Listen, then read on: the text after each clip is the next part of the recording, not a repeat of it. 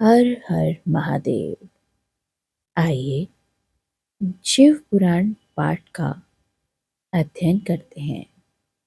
आज के अध्याय में हम जानेंगे भगवान शिव को अपनी भक्त वत्सलता ज्ञानी भक्त की श्रेष्ठता तथा तीनों देवताओं की एकता बताना, दक्ष का अपने यज्ञ को पूर्ण करना, सब देवता आदि का अपने अपने स्थान को जाना तथा सती खंड का उपसंहार और महात्मय। ब्रह्मा जी कहते हैं, नारद, इस प्रकार श्री विष्णु के मेरे देवताओं और ऋषियों के तथा अन्य लोगों के स्तुति करने पर महादेव जी बड़े प्रसन्न हो जाते हैं। फिर उन शिव शंभु के समस्त ऋषियों, देवताओं आदि को कृपा दृष्टि से देखकर तथा ब्रह्मा और विष्णु का समाधान करके दक्ष से इस प्रकार कहते हैं। महादेव जी कहते हैं, प्रजापति दक्ष, मैं जो कुछ कहता हूँ वो ध्यानपूर्वक सुनो। मैं तुम पर अति प्रसन्न हूँ। यद्यपि मैं सबका ईश्वर और स्वतंत्र हूँ, तो भी सदा ही अपने भक्तों के अधीन रहता हूँ। 4 प्रकार के पुण्यात्मा पुरुष मेरा भजन करते हैं। दक्ष प्रजापति, उन चारों भक्तों में पूर्व पूर्व की अपेक्षा उत्तरोक्त श्रेष्ठ है। उनमें पहला आर्त, दूसरा जिज्ञासु, तीसरा अर्थार्थी और चौथा ज्ञानी है। पहले के 3 तो सामान्य श्रेणी में भक्त है, किंतु चौथा का अपना विशेष महत्व है। उन सब भक्तों में चौथा ज्ञानी ही मुझे अति प्रिय है। वह मेरा रूप माना गया है। उससे बढ़कर दूसरा कोई मुझे प्रिय नहीं है। यह मैं सत्य सत्य कहता हूँ। मैं आत्मज्ञ हूँ। वेद वेदांत के परगामी विद्वान ज्ञान के द्वारा मुझे जान सकते हैं। जिनकी बुद्धि मंद है, वे ही ज्ञान के बिना मुझे पाने का प्रयत्न करते हैं। कर्म के अधीन हुए मूढ़ मानव मुझे वेद, यज्ञ, दान और तपस्या द्वारा भी कभी नहीं पा सकते। अतः दक्ष, आज से तुम बुद्धि के द्वारा मुझ परमेश्वर को जानकर ज्ञान का आश्रय ले समाहित चित्त होकर कर्म करो। प्रजापति, तुम उत्तम बुद्धि के द्वारा मेरी दूसरी बात भी सुनो। मैं अपने सगुण स्वरूप के विषय में भी इस गोपनीय रहस्य को धर्म की दृष्टि से तुम्हारे सामने प्रकट करता हूँ। जगत का परम कारण रूप भी मैं हूँ और मैं ही ब्रह्मा और विष्णु हूँ। मैं सबका आत्मा, ईश्वर और साक्षी हूँ। स्वयं प्रकाश तथा निर्विशेष हूँ।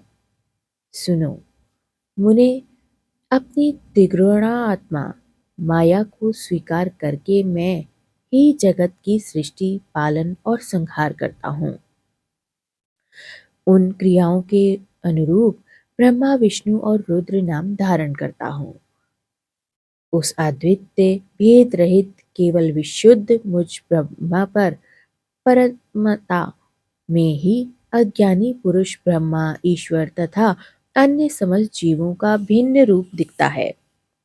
जैसे मनुष्य अपने सिर और हाथ आदि अंगों में ये मुझसे भिन्न है, ऐसी परकीय बुद्धि कभी नहीं करता। उसी तरह मेरा भक्त प्राणी मात्र में मुझसे भिन्नता नहीं देखता। दक्ष, मैं ब्रह्मा और विष्णु तीनों स्वरूप एक ही मानता हूँ। वह एक ही हैं तथा हम ही संपूर्ण जीवन रूप हैं। ऐसा समझकर जो हम तीनों देवताओं में भेद नहीं देखता, वही शांति को प्राप्त करता है। जो नराधम हम तीनों देवताओं में भेद बुद्धि रखता है, वह निश्चय ही जब तक चंद्रमा और तारे रहते हैं तब तक नरक में निवास करता है। दक्ष, यदि कोई विष्णु भक्त होकर मेरी निंदा करेगा और मेरा भक्त होकर विष्णु की निंदा करेगा, तो तुम्हें दिए हुए उपरोक्त सारे शाप उन दोनों को ही प्राप्त होंगे। यह निश्चय ही उन्हें तत्व ज्ञान की प्राप्ति नहीं करने देगा। ब्रह्मा जी कहते हैं, मुने, भगवान परमेश्वर महेश्वर के इस सुखदायक वचन को सुनकर सब देवता मुनि आदि को उस अवसर पर बड़ा ही हर्ष हुआ। कुटुंब सहित दक्ष बड़ी प्रसन्नता के साथ शिव भक्ति में तत्पर हो गया। वे देवता आदि भी शिव को ही सर्वेश्वर जानकर भगवान शिव के भक्त बनकर और भजन कीर्तन में लग गए। जिसने जिस प्रकार की परमात्मा शंभु की स्तुति की थी, उसे उसी प्रकार की संतुष्टि चित हुए जीवन प्राप्त हुआ। वह शंभु ने उन्हें वर दिया। उन्हें तदंतर भगवान शिव की आज्ञा पाकर प्रसन्नचित हुए शिव भक्त दक्ष ने शिव के ही अनुग्रह से अपना यज्ञ पूरा किया। उन्होंने देवताओं को तो यज्ञ भाग दिए ही, शिव को भी पूर्ण भाग दिया, साथ ही ब्राह्मणों को भी दान दिया। इस प्रकार उन्हें शंभु का अनुग्रह प्राप्त हुआ। इस प्रकार महादेव जी के उस महान कर्म का विधि पूर्वक वर्णन हो गया। प्रजापति ने ऋत्विजों के सहयोग से उस यज्ञ कर्म को विधिवत समाप्त कर दिया। मुनीश्वर इस प्रकार पार ब्रह्म स्वरूप शंकर के प्रसाद से वह दक्ष का यज्ञ पूरा हुआ। तदंतर वह समस्त देवता और ऋषि संतुष्ट हो भगवान शिव के यश का गुणगान करते हुए अपने अपने स्थान को लौट गए।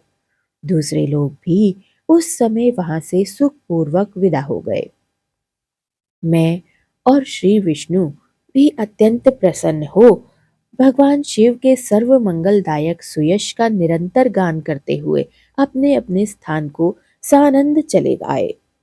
सत्पुरुषों के आश्रयभूत महादेव जी भी दक्ष से सम्मानित हो प्रीति और प्रसन्नता के साथ गणों सहित अपने निवास स्थान कैलाश पर्वत पर लौट चले। अपने पर्वत पर आकर शंभु ने अपनी प्रिया सती का स्मरण किया और प्रधान प्रधान गणों से उनकी कथा कही। इस प्रकार दक्ष कन्या सती यज्ञ में अपने शरीर को त्याग कर फिर भी हिमालय की पुत्री पत्नी मेना के गर्भ से उत्पन्न हुई। यह बात प्रसिद्ध है। फिर वहां तपस्या करके गौरी शिवा ने भक्ति की और भगवान शिव का पति रूप में वरण कर लिया।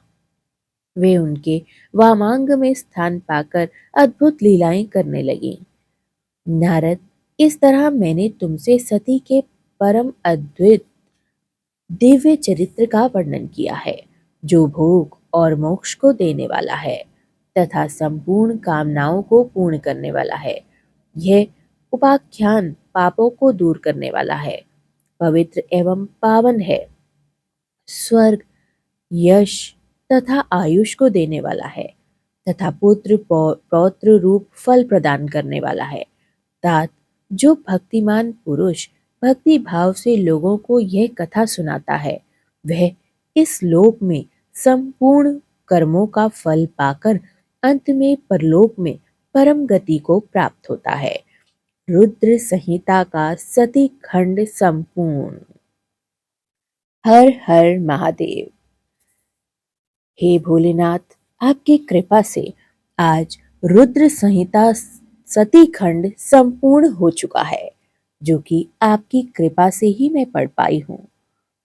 इसका फल पढ़ने वालों को और सुनने वालों को, सभी प्राणियों को मिले।